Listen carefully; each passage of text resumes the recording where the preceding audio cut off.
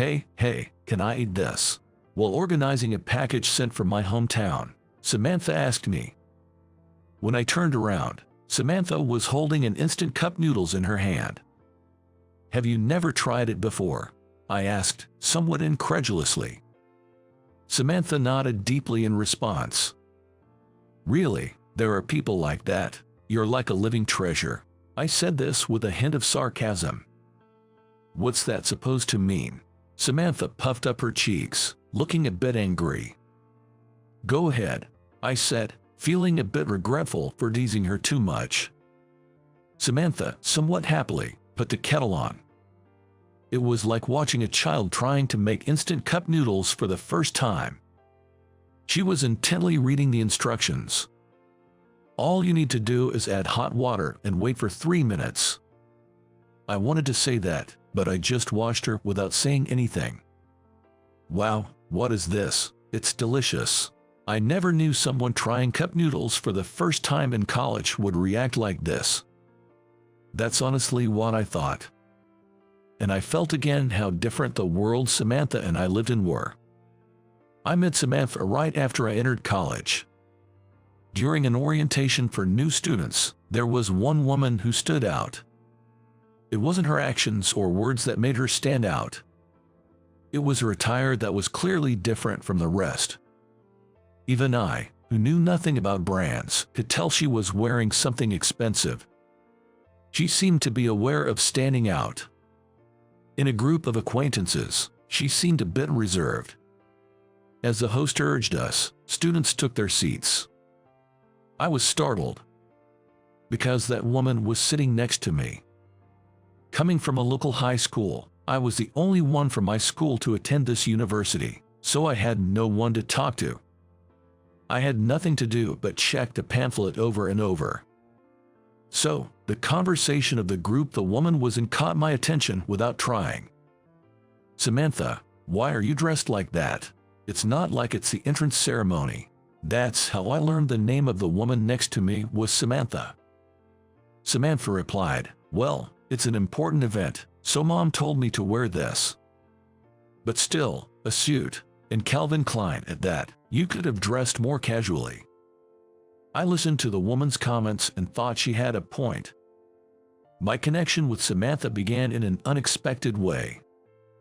Having been in the tennis club in middle and high school, I had decided to continue playing tennis in college.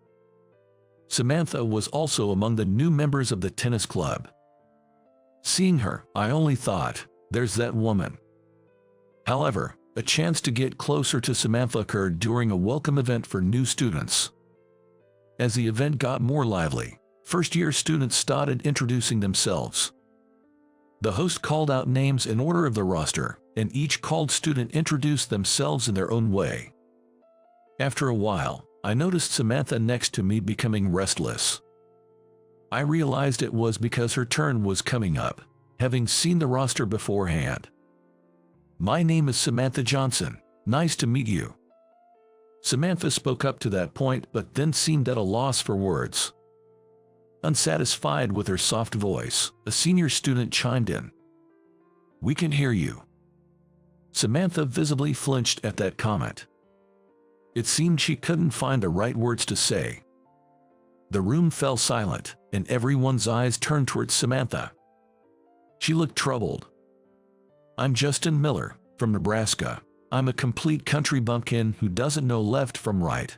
Nice to meet you." Though not called upon by the host, I suddenly introduced myself loudly. "No one's interested in a guy's introduction," a male senior jeered. Ignoring that, I attempted to continue my introduction. Then, the host, trying to control the situation, called the next freshman's name. "Thank you."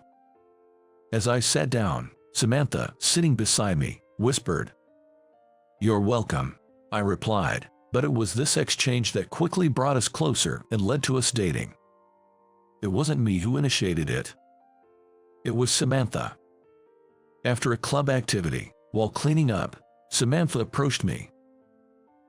I wanted to thank you for the other day." She wanted to thank me for the help I offered during the freshman welcome event. I had no reason to refuse, so I accepted her offer. I was surprised at where she took me. It turned out to be a French restaurant. Moreover, it seemed to have been featured in the Michelin Guide. Until then, I had never eaten such fancy food. I can't believe she's going this far to thank me for something so small. Who is she really? I wondered. But even I, nervous in my first high-end restaurant, was put at ease by Samantha's gentle demeanor. Her clear eyes, fair skin, and carefree smile made me feel captivated as the meal progressed. After that, we dined together many times. Samantha would take me to fancy places. I would take her to typical fast food restaurants. The level difference was a bit absurd, but at that time, it was a thrilling experience, exploring each other's unknown worlds, filled with lots of laughter and great fun. Eventually, Samantha began coming to my apartment every day, and we started living a semi-cohabitative life. My mom was a hardcore saver, and growing up with that, I naturally adopted a frugal lifestyle. But living with Samantha, I keenly felt the differences in our family backgrounds. One time. What are you doing? What does it look like? Cleaning. It feels good to do it every day, right? Why don't you just hire a maid? In another time. Hey, what are you doing? What, can you see? I'm cooking. Aren't you hungry? You cook by yourself. That's amazing. You're like a chef. No, it's pretty normal. But the surprises didn't stop there. Her approach to my birthday gifts, Christmas presents, anniversary dinners, and such were way beyond what I could imagine. The amount she spent. No matter how much I worked part-time, I couldn't match what she was doing. You don't have to spend so much money. I once said that. I'm doing this on my own accord, so Justin doesn't need to worry about it. Samantha always answered nonchalantly. How about coming over to my place this Sunday? My dad wants to meet you. One day in our junior year of college, Samantha suddenly said this to me. I was taken aback. Meeting her father, what did that mean? I knew Samantha was the daughter of a local construction company president and that she had an older brother by 2 years. But I had never met her parents. As I had started to think about a future with Samantha, I saw this as a good opportunity to get to know her parents and agreed to visit her family home. The day I first visited Samantha's family home, I hesitated in front of the building. It was a far more magnificent mansion than I had imagined. What are you planning to do from here? Samantha's father, a stern-looking man, asked me that morning, sensing my nervousness. I'm serious about continuing my relationship with Samantha. My voice was shaky as I replied. No, what I want to know is not that. I want to know how you envision your future with Samantha. He probably wasn't fond of beating around the bush. Samantha's father asked me directly. I plan to get a stable job, and once I'm settled, I hope to marry her in the future. Samantha looked surprised at first, then blushed and smiled at me. I see, understood. Her father said nothing more after that. You passed my dad's test, it seems. Samantha murmured on our way back from her home. I was puzzled, and she explained. Dad brought out his favorite brandy, didn't he? He only drinks that on very special occasions. That he shared it with you means he's accepted you. Her words sobered me up completely. After graduating, I got a job at a public employment security office. Wanting to do something helpful for others, I consulted with seniors and career advisors before deciding. And in my 3rd year of working, I married Samantha. In hindsight, I suppose the root of all problems was my ignoring the obvious differences in our lifestyles. And it wasn't just with Samantha. I felt it with a wedding present from my father-in-law, too. That present was an apartment. Apparently, it was a property developed by my father-in-law's company, with the top floor of a 20-story building prepared for us. I repeatedly declined, saying it was beyond our means. However, my father-in-law told me, "You just need to become a person worthy of living in this apartment." I had no reply to that. Making the apartment in my father-in-law's name was the most I could resist. Samantha quit her job and became a homemaker. Though she worked at her father's company after graduating, I doubt she really did much there. As a homemaker, Samantha's lifestyle hardly changed from before our marriage. I made it a routine to call Samantha when leaving work. It was to encourage her to return home. Yet, she would return home around the same time as me. Often even later than I did. Every day, she comes home with her hands full of ready-made dishes. These aren't bought on the way home. She brings them from her parents' house. Every day you don't need to go that far. I once said that. Samantha replied casually. But it's given to me, so it's okay. I'm not causing anyone any trouble. After several such exchanges, I stopped bringing up the topic of meals with Samantha. There was no sign she did any housework either. Concerned, I once asked her about it. It's fine, a helper comes to take care of it when asked, Samantha said without any sign of embarrassment. When we were dating, it was my place, so Samantha couldn't just let anyone in. But after we got married and she became a housewife, I thought she would naturally do the housework and take care of the home. However, the significant difference in values made me gradually feel distance from Samantha. One day, I asked Samantha how much we were spending each month. The amount she mentioned left me shocked. It was way beyond my salary. I'd like us to manage within the range of my salary each month, I requested. Really? Why? We can just get the extra from my parents. There's no need to worry about it. I lost my temper at her words. We need to live within our means. When will you graduate from depending on your parents? Consider my position a bit. Samantha seemed unable to understand my feelings. Why? It's my family, after all. What's wrong with relying on them a bit? My parents are happy with that, too. It's a matter of degree. In your case, it's just too much. Our arguments continued without reaching a resolution. At one point, during a heated argument, Samantha shouted, I don't want to live such a miserly life. If you don't like what I'm doing, let's just get a divorce. Okay, I understand. I agreed. That happened 1 year after we got married. The next day, I got a divorce form, filled it out, stamped it, and presented it to Samantha. Then I left the house. I was glad the apartment was in her father's name. Back to living alone after a long time, I felt a bit lonely but also enjoyed the freedom. I reverted to the frugal lifestyle I had since I started living alone in college. The divorce was finalized. And about 10 years later, I'll do anything. Please give me a chance. While working, I thought I heard Samantha's voice from a distance. I couldn't see her because of the partition, but it sounded like her. I need money right away, so a day job would be best. It definitely sounded like her. Excuse me for a moment, I told the client, pretending to have work, and stood up. Standing in front of the seat where the voice came from, I saw the client's face. I was taken aback. It was indeed Samantha. I knew she would come, I thought, seeing her. But I couldn't change my assignment, so I returned to my seat. After finishing with the client, I hurriedly stood up. Then I looked around for the seat where Samantha had been sitting. But I couldn't find her. I went outside. Samantha, I called out almost instinctively. Samantha, recognizing my voice from behind, turned around hesitantly. Justin, you're still working here. She looked embarrassed. It was unclear whether it was due to her shabby clothes or the fact that we were meeting at the employment office after such a long time. It's been a while, are you okay? Yeah, I'm fine. We spoke briefly, then silence followed. Do you have time this evening?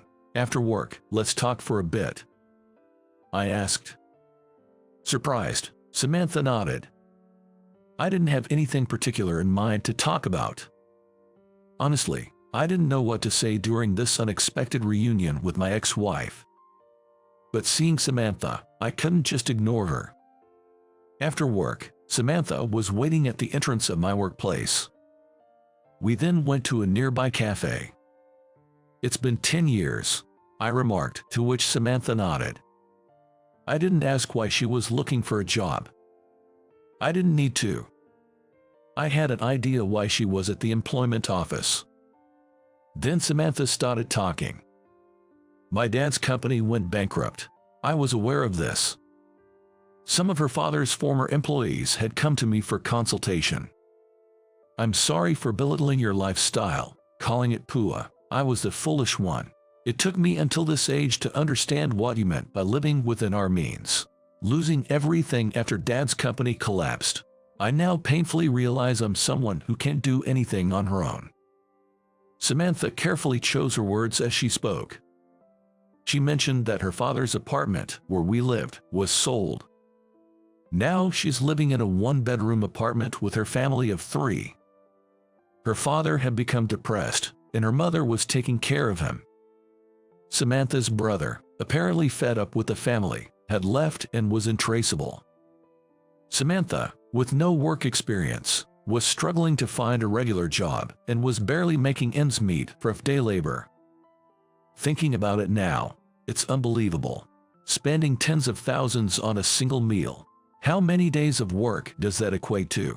I almost couldn't believe this was the same Samantha I knew 10 years ago, considering her speech and attitude. By the way, I've been trying out some of the saving tips you told me about when we were dating. Cucking is surprisingly fun. Even a little bit of saving makes a big difference. I'm sorry for mocking it back then," Samantha said, playfully smiling and clasping her hands in front of her mouth. We then talked a lot about saving techniques. The opposite personalities we had when dating were exciting and fun. But spending time with her now, sharing similar values and thoughts, gave me a sense of comfort and happiness I hadn't felt before. When leaving the cafe, as I was about to pay, Samantha said, "Let me pay, I've got it." No, I invited you, but you listened to me. It's only fair." It must have been a bit of a hassle for the cashier, but we had that typical argument at the register. "Okay, then, let's split it," Samantha suggested, and I couldn't help but smile. The old Samantha would never have budged in situations like this, usually just leaving a $100 note and walking out of the store. So, hearing the word "split the bill" coming from her was unexpectedly surprising to me. On our way to the train station, something caught my eye. "Just wait here for a minute," I said, and asked Samantha to wait for me in a nearby park. A few minutes later, "Here, this is for you." I handed Samantha an envelope. What is this?" "It's $5,000. This should last you a few months, right? Day laboring only leads to living day by day, and that's no good. This is for your living expenses until you find a stable job. You don't have to pay it back." "No, I can't accept such a large amount," Samantha protested, but I couldn't help smiling at her words. "Don't say that. Remember all the gifts you gave me back then. Consider this a return favor, and please accept it." Hearing this, Samantha burst into tears. "I will definitely work and pay you back. Thank you, Justin." After that, we occasionally met up. Sometimes, I gave her job advice and recommended companies that hired inexperienced workers and had good reputations. Eventually, Samantha secured a job as a factory worker at a place I recommended. When I checked with President Thompson about how she was doing, he said, "Oh, she's a great addition, a bit naive, but she's eager to learn and work hard. The long-time workers, especially the older ladies, find her adorable. Since Samantha joined, there's a brighter atmosphere around here." Hearing this made me very happy. Then, a year later, Samantha handed me something. It was an envelope containing $6,000. "What is this?" "It's the money I borrowed, and a little extra as thanks. I didn't need to use half of what you lent me, but it was a huge help. Thank you so much," Samantha said. Money really changes people, I mused aloud. Samantha looked puzzled. I was thinking about the old Samantha. Back then, she didn't appreciate the value of money because she never lacked it. Now, Samantha, having earned money through her own hard work, understood its importance. But deep down, she was always kind-hearted. Seeing this, I thought, maybe with the Samantha of now, we could start over. Of course, having been divorced once, I wasn't sure if a fresh start was possible. But I didn't need an immediate answer. We would spend more time together, and this time, without looking away, I would slowly consider our future.